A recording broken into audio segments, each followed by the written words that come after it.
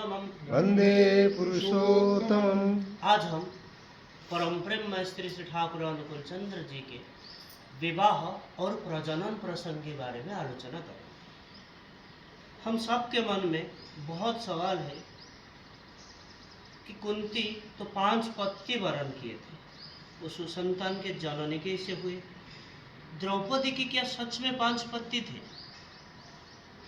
पांडु तो रोगी थे, पंच पांडव ऐसे शौर्य वीर्य सुसंतान के जननी कैसे कुंती हो पाए? ऐसे कुछ सवाल को लेके आज की आलोचना रखें।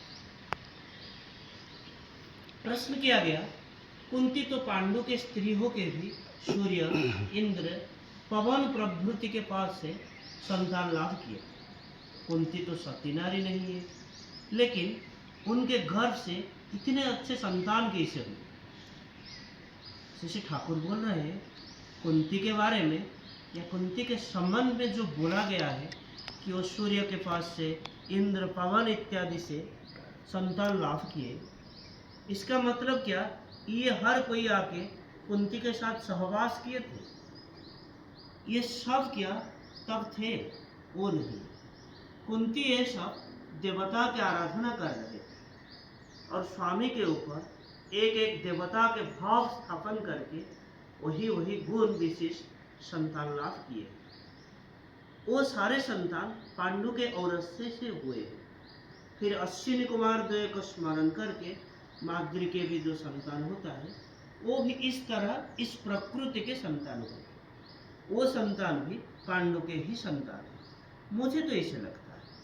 अब भी कन्याओं के ये प्रथा है, ऋतु स्नान के बाद स्वामी के मुख दर्शन करेंगे और जिन लोगों के स्वामी नहीं रहता वो सूर्य को दर्शन करेंगे, क्योंकि सूर्य को कहा जाता है जगत के आत्मा। तो फिर स्वामी की आत्मा भी वहाँ निहित है। कुंती के विषय भी कुछ इस तरह है, नहीं तो सूर्य आके सहवास थोड़ी ना किए थे। ये मीनिंगलेस, मुझे इस तरह का माने होता है। ये दीपरा की तृतीय खंड से लिया गया है। फिर प्रश्न किया गया, द्रौपदी के क्या सच में 5 पति थे? द्रौपदी के विवाह तो कथित है, वो जो पंच पांडव युधिष्ठिर, भीम, अर्जुन, नकुल, सहदेव सबको वरण किए थे। श्री ठाकुर बोल रहे द्रौपदी के जो विवाह वो कथित है कुंती के आदेश से हुआ था। कुंती जो 5 भाइयों को भाग करके लेने बोले थे, लेकिन मुझे लगता है द्रौपदी जो युधिष्ठिर के ही पत्नी, वो सब बाकी सब थे देवर, मतलब दिव्यवर। फिर देखो हर किसी के अलग अलग स्त्री था, लेकिन युधिष्ठिर के और कोई स्त्री नहीं था, वो और विवाह नहीं किए। ये घटना भी आलोचना प्रश्न तीसरी खंड से, दीपरा की तीसरी खंड से लिया गया। फिर प्रश्न किया गया, पांडु तो रोगी थे और कुंती थे सुस्त, तो ये विवाह ये तो प्रतिलोम होता है। श्री ठाकुर बोलते हैं रोग रहने के बावजूद भी जो एग्जिस्टेंशियल डेफिशिएंसी या सत्तागत भाव से कोई खांकती नहीं था, इसीलिए उनके जो बच्चे वो पराक्रमी हुए। फिर प्रश्न उठा, लेकिन भीम अर्जुन इन लोगों के जन्म वृत्तांत तो दूसरे तरह का है। श्री ठाकुर वही बात बोल रहे हैं। हम लोगों के देश में पहले वही प्रथा था, अब भी है कि कन्याएं ऋतु स्नान के बाद पहले स्वामी के मुख दर्शन करेंगे, उसके बाद और किसी के मुंह नहीं देखेंगे। तब शायद ऋतु स्नान के बाद सूर्य के मुख देखे थे और कोई बार पवन के मुख देखते थे। इसका मतलब कुंती उन लोगों के गुणावली को ध्यान किए थे और वही भाव लेके कंसीव या गर्भ धारण किए थे और उसकी वजह से वही गुणयुक्त संतान लाभ किए। सूर्य तुम्हारे मन में आ सकते हैं, लेकिन सूर्य तो प्लैनेट या द विंड या पवन या हवा, वो कंसीव कैसे करा सकते हैं? वो कैसे गर्भ धारण करा सकते हैं? कंसीव कराने के लिए तो चाहिए एक इंसान।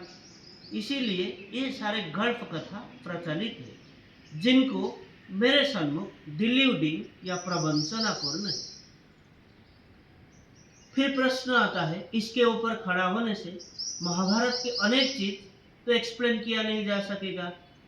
श्री ठाकुर बोलते हैं मैं तो अच्छे तरह से नहीं जानता हूँ, समझता भी कम है, लेकिन सुना था तुर्की में एक स्त्री लोग वो कंसेप्शन गर्भधारण के समय हर वक्त नेपोलियन की छवि देखती थी और गर्भधारण के समय भी नेपोलियन की छवि देखती थी और उसकी जो बच्चा हुआ, उसकी जो लड़का हुआ, वो ठीक नेपोलियन जैसा हुआ। इस तरह का और ढेर उदाहरण है मैं सुना। तो कोई विषय जब हमारे समझ में नहीं आता है तब इंसान उसको लेकर सोचता है और उसका जो रहस्य निकालने की कोशिश करता है, हाउ इट इज पॉसिबल, वो किस तरह संभव है।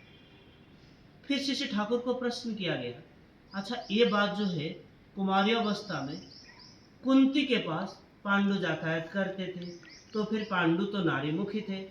श्री ठाकुर बोलते हैं तब क्या हुआ, नारीमुखी है वो या बारीमुखी हो, उनके चलन ये देखना होगा कि किसी लिए, इसीलिए उन लोगों के जो संतान संतति कैसे हुए देखो, विवाह से पहले कोई परिचय नहीं है। मेरे साथ विवाह से पहले भी बड़ बहू के साथ जाना सुना था। मैं बड़ बहू को शादी से पहले भी जानता था। मेरे जीवन में अगर ये हो सकता है तो और भी बड़े बड़े जीवन में ऐसे हो सकता है। फिर प्रश्न था गांधारी के जो 100 पुत्र हुआ, एक किस तरह का सपोर्ट या समर्थन कर सकते हैं। श्री ठाकुर बोलते हैं देखो किस तरह होता है, मेरा तो इतना कुछ विद्या बुद्धि नहीं है जो तुमको बोलूंगा, लेकिन तुम जब ये कहते हो कि जाइगोट या भ्रूण का भाग होता है, इस भाव से कुछ होके या नहीं होता है, ये देखो। इस तरह के बहुत किंवदंती पुराण में है, लेकिन उस सब के अगर थोड़ा अनुशीलन करके देखोगे तो फिर असल चीज जो उससे बाहर लिया जा सकता है। ये घटना दीपरा की 6ठ खंड 12 मार्च 1960 से लिया गया है। तो आज के लिए इतना ही। वंदे पुरुषोत्तम। वंदे पुरुषोत्तम। जय गुरु।